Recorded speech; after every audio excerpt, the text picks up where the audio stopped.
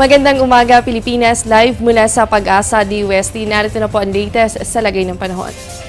Mga kababayan, base po sa latest sa bulletin ng Pag-asa, kaninang alas 10 ng umaga ay namataan po ito nga si Bagyong Senyang 75 kilometers southeast ng Iloilo City. Taglay po nito ang lakas ng hangin na nasa 65 kilometers per hour at ang gustiness o yung pagbugso aabot pa rin po yan sa 80 kilometers per hour. Sa ngayon, bahagyang nagbago po ang kilos nito. Kumikilos na ito pakanluran at sa bilis pa rin na 11 kilometers per hour. Ayon po sa tansya ng Pag-asa, posible pa rin na by January 2, ito po si Bagyong Senyang ay nasa labas na ng ating boundary.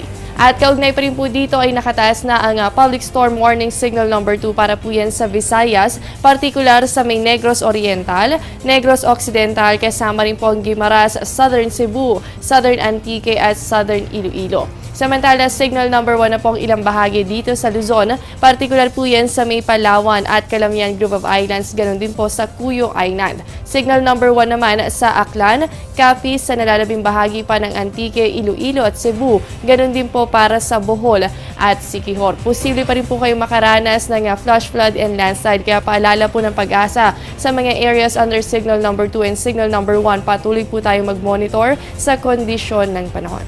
At sa ating forecast ngayong araw, ang Bicol Region kasama pa rin po ang probinsya ng Samar. Asahan pa rin po natin dito ang malalakas na pag-ulan, dala po yan ng Bagyong Senyang. Samantala dito po sa may Metro Manila, kasama po ang Calabarzon, ganoon din po ang Mimaropa. Asahan pa rin po natin ang may hina hanggang sa katamtamang pag-ulan dahil kahit papaano ay abot din po tayo nito nga diameter nito nga si Bagyong Senyang. Samantala ang Mindanao, makakaranas din po kayo ng mga may hina hanggang sa katamtamang pag-ulan.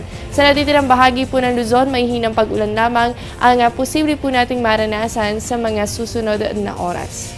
At sa aming pagbabalik, ihahatid naman namin ang agwat ng temperatura sa bansa. Yan matapos ang isang paalala.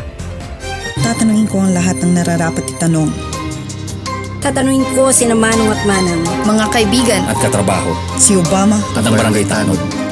tatanungin ko ang mga taong dapat tanungin para sa mga bagay na dapat ipaliwanag. Para sa bansang kailangan magtanong. para sa kinabukasan ng ating bayan.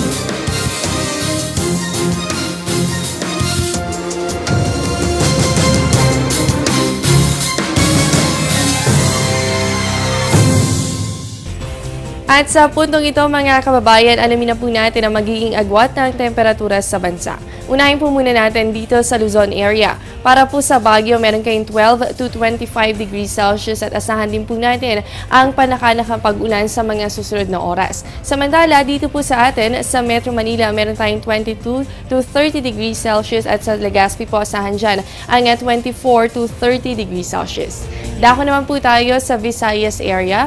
Para po sa Iloilo at Bacolod, meron kayong 25 to 29 degrees Celsius at asahan po natin ang mga malalakas na pag-ulan, ganoon din po ang pagbugso ng hangin. Samantala sa Tacloban, meron po kayong 24 to 30 degrees Celsius. At para naman po sa Mindanao area, particular po dito sa Cagayan de Oro, meron kayong 24 to 31 degrees Celsius at sa Zamboanga, asahan po dyan ng 25 to 30 degrees Celsius sa mga susunod na oras. At yan muna ang latest mula dito sa Pag-asa DWST. Manatiling nakatutok sa Panahon TV Express kung saan walang pinipiling panahon ang pagbibigay impormasyon. Ako po ang inyong nakasama, ang inyong weather body Jessie Basco na nagsasabing walang dadaig sa taong may alam at laging handa. Magandang umaga.